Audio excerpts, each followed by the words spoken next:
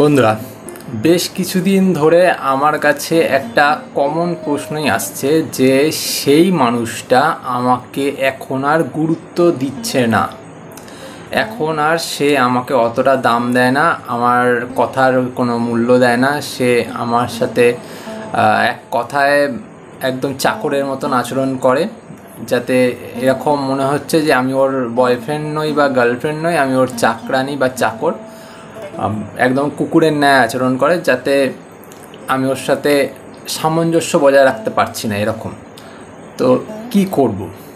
দেখো, এই প্রশ্নটা যেহেতু একটা বড় প্রশ্ন হয়ে দাঁড়িয়েছে, কারণ একই রকম প্রশ্ন তোমরা অনেকে করেছো, তাই জন্য আজকের ভিডিওটা আমি বানাতে বাধ্য হচ্ছি। এই প্রবলেমটা বেসিক্যালি ঘটে যাওয়ার পেছনে তোমরাই দায়ী, যাদের এই প্রবলেমটা ঘটছে, যে আমার বয়ফ্রেন্ড আমার গার্লফ্রেন্ড আমাকে এখন আর পাত্তা দিচ্ছে না। এর পেছনে তুমি দায়ী। কারণ কি? কারণ আজকে আমি বলছি।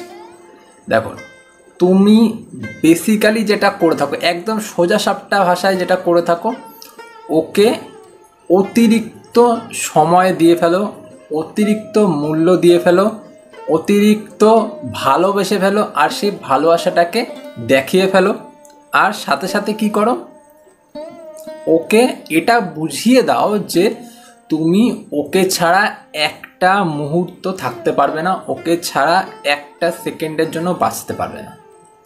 এই যে এত কিছু তুমি করে ফেলছো অজান্তেই, তুমি একদম মন থেকে ভালোবাসো তো ওকে, তাই তুমি অজান্তেই ওর জন্য এত কিছু করে ফেলছো।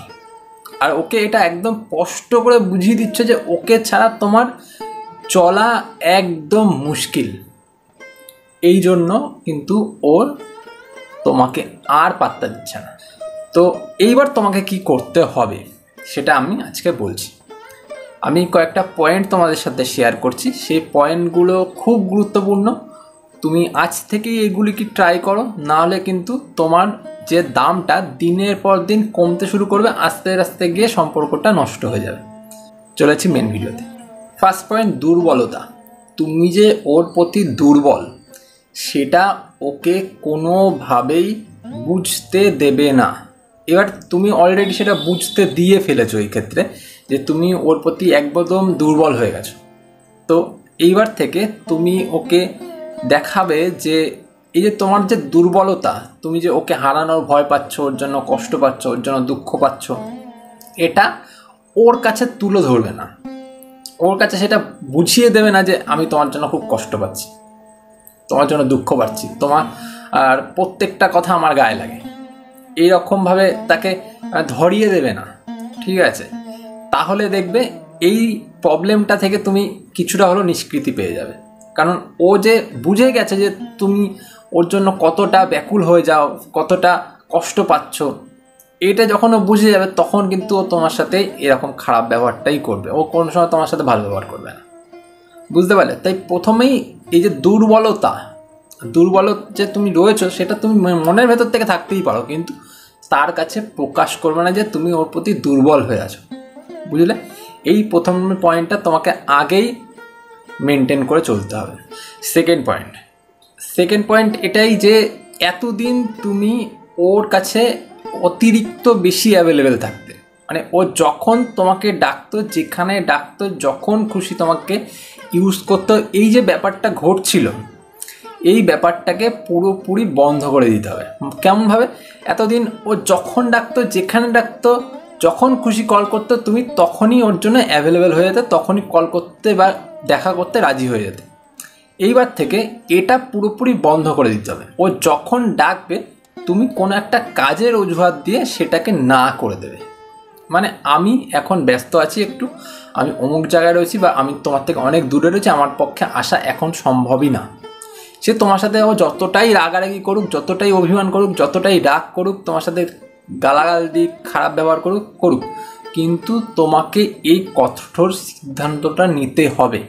কঠোর সিদ্ধান্ত যদি তুমি না নিতে পারো, তাহলে কিন্তু ও আরও বেশি তোমার প্রতি চেপে বসবে। তখন কিন্তু আরও প্রবলেমে তুমি জড়িয়ে পড়বে, সম্পর্ক তো একেবারে খারাপ হতে শুরু করেছে, আরও খারাপের দিকে যেতে শুরু করবে।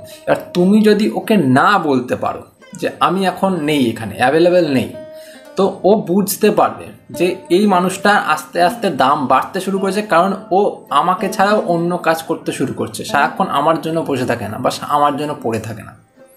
বুঝতে পারলে তো? না বলতে শেখো তাকে। থার্ড পয়েন্ট, এটাই সব থেকে গুরুত্বপূর্ণ পয়েন্ট, এরপর আর কোনো পয়েন্ট হয় না, এটাই সব থেকে গুরুত্বপূর্ণ পয়েন্ট, তাই শেষে রেখেছি। দেখো, এই পয়েন্টটা এমন যে তুমি এতদিন ওর জন্য কাঁদতে, ওর জন্য মানে কষ্ট পেতে, একদম ওর জন্য নেগেটিভ ভাবনা চিন্তা করতে যে ও ছেড়ে গেলে আমার কি হবে, ও না থাকলে আমার কি হবে, ওর জন্য আমি বেঁচে আছি, ওর সাথে না থাকতে পারলে আমি মরে যাবো এক্সেট্রা, নানান রকমের ভাবনা চিন্তা করেছো, তাতে কোনো ফল হয়নি। কারণ যত তুমি ওর প্রতি নেগেটিভ চিন্তা ভাবনা করতে, তত কি করতে, তুমি ওর জন্য সব কিছু করতে রাজি হয়ে যেতে। এর ফলে কি, নিজের প্রতি গুরুত্ব দেওয়াটা তুমি বন্ধ করে দিতে। করেছো কি না তুমি নিজেই বলো, করেছো তো?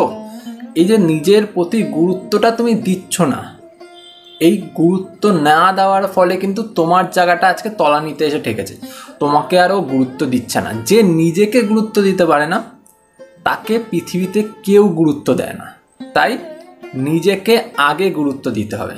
এবার নিজেকে গুরুত্ব দেওয়াটা শুরু করো, দেখবে যখনই তুমি নিজেকে গুরুত্ব দিতে শুরু করবে না, ও তখন তোমাকে গুরুত্ব দিতে বাধ্য হবে।